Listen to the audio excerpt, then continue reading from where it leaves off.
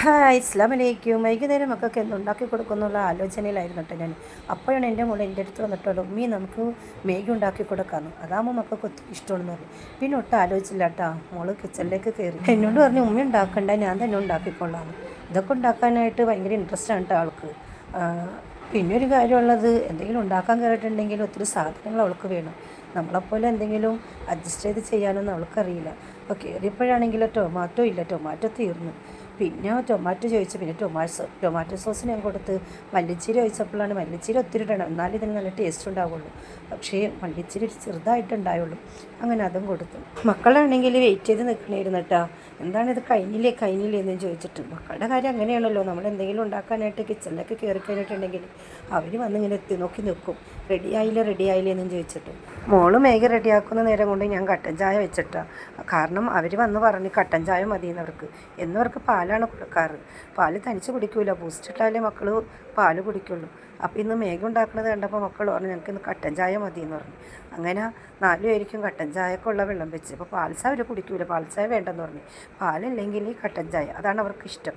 അങ്ങനെ കട്ടൻ ചായക്ക് വെള്ളവും വെച്ച്. അപ്പോഴേക്കും ഇവിടെ മേഗി എൻ്റെ മോള് റെഡിയാക്കിക്കൊണ്ടിരിക്കണമായിരുന്നു. 2-3 തവണ മക്കൾ കയറി ഇറങ്ങി ചോദിച്ചുകൊണ്ടിരിക്കണം, റെഡിയായില്ല മക്കൾ അങ്ങനെയാണല്ലോ.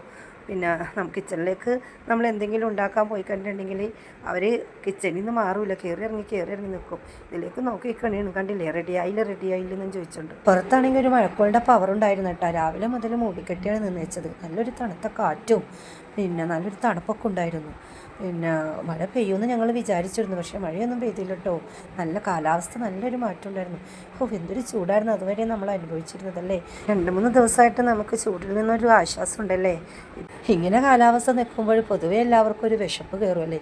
അത് തന്നെയാണ് മക്കൾക്കും ബാധിച്ചേക്കണത്.